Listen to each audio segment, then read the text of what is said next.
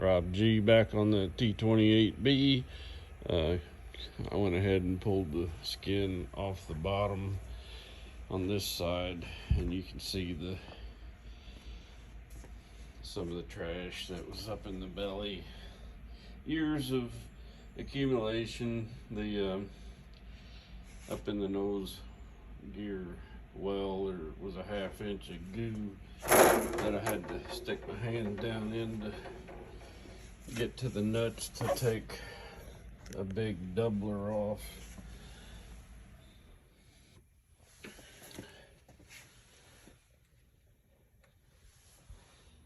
Morning, Rob G with you here on a rainy Saturday morning. We're going to be taking this right hand lower skin off this T-28B. So I'll show you a couple things here that when you're working on this kind of project, we have some identification on these rivets so we know what type of rivets they are.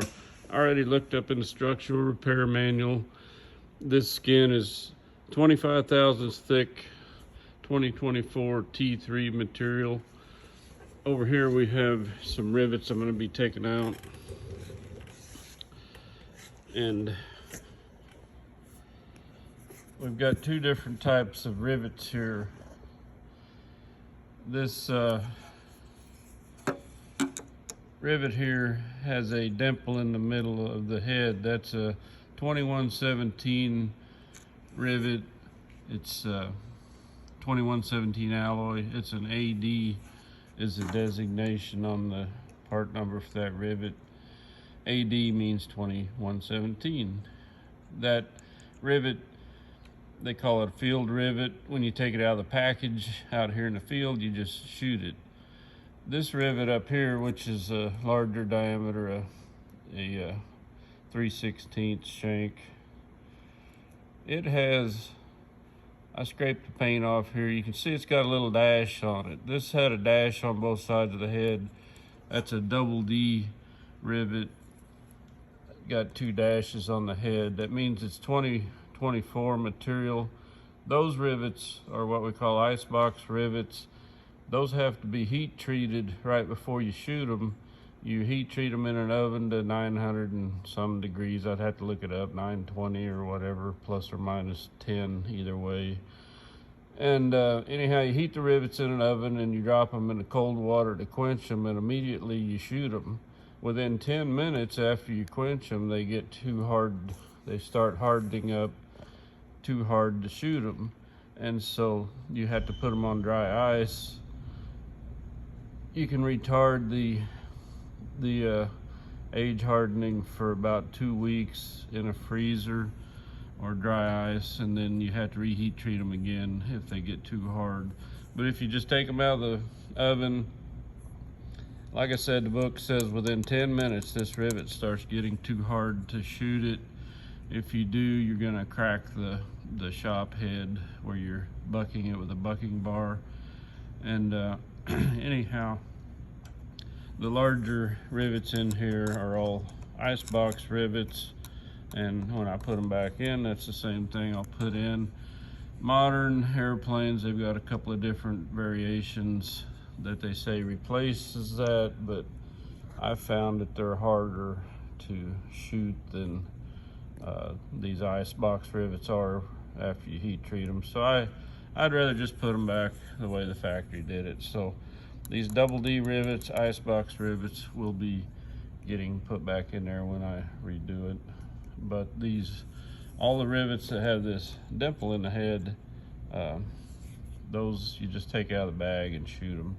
So anyhow, I'll be getting all these rivets out of here, and we'll go from there.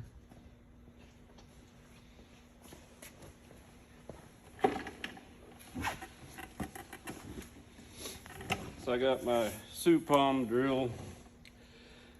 Usually drilling and riveting, most of us mechanics, sheet metal mechanics, use our middle finger for the trigger finger.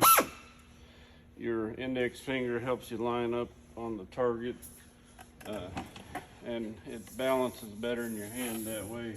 than using your index finger. So the rivets that have a dimple in them are real easy to get started.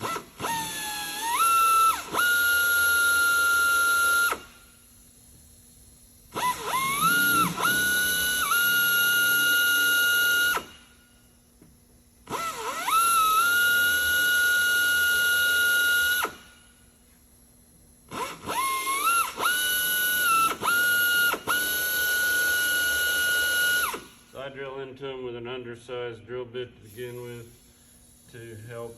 If you wander a little bit, you can change the angle as you're drilling into it and get lined up to the center of the rivet better.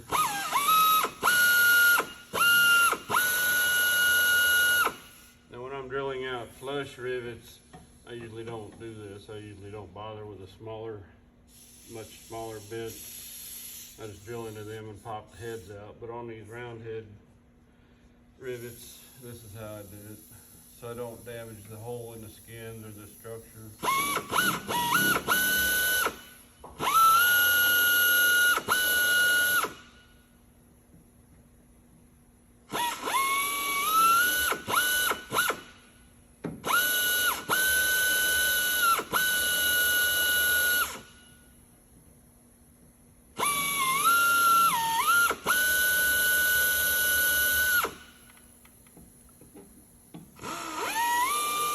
This DD rivet's gonna drill different.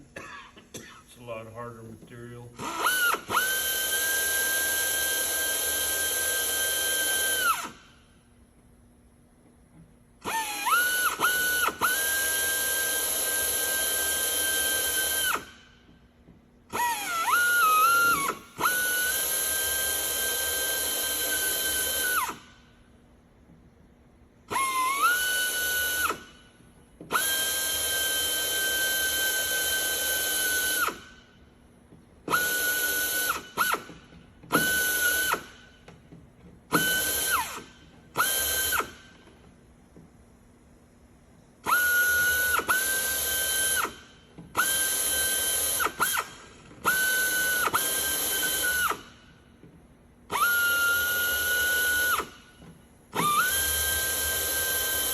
You don't want to go clear through the rivet, that way you can punch it out later with a punch.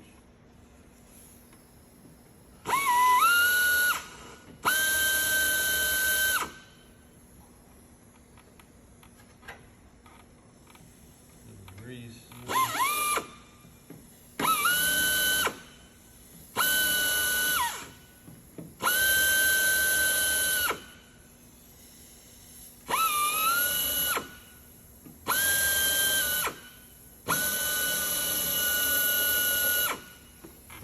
I'll get a bigger drill bit. I got another drill, but I don't have it here with me.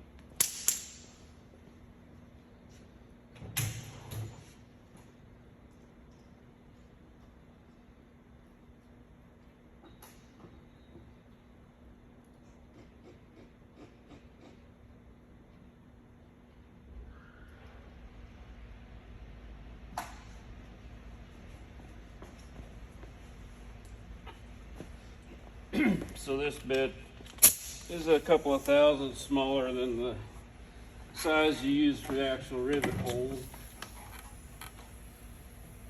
That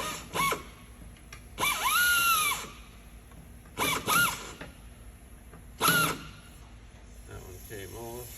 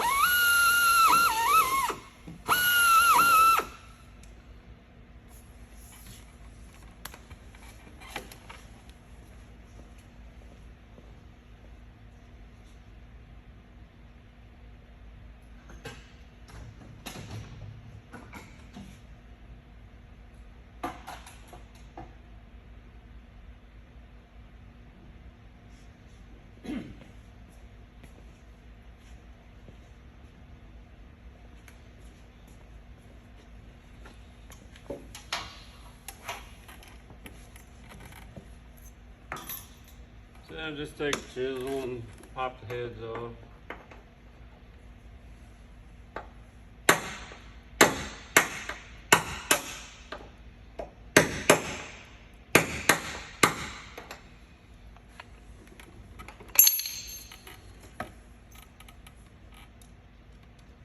Like I say, I got 2 or 3 drills, but I don't have them here. It's nice if you can just use different drills and not have to keep changing bits. Should have thought of that earlier.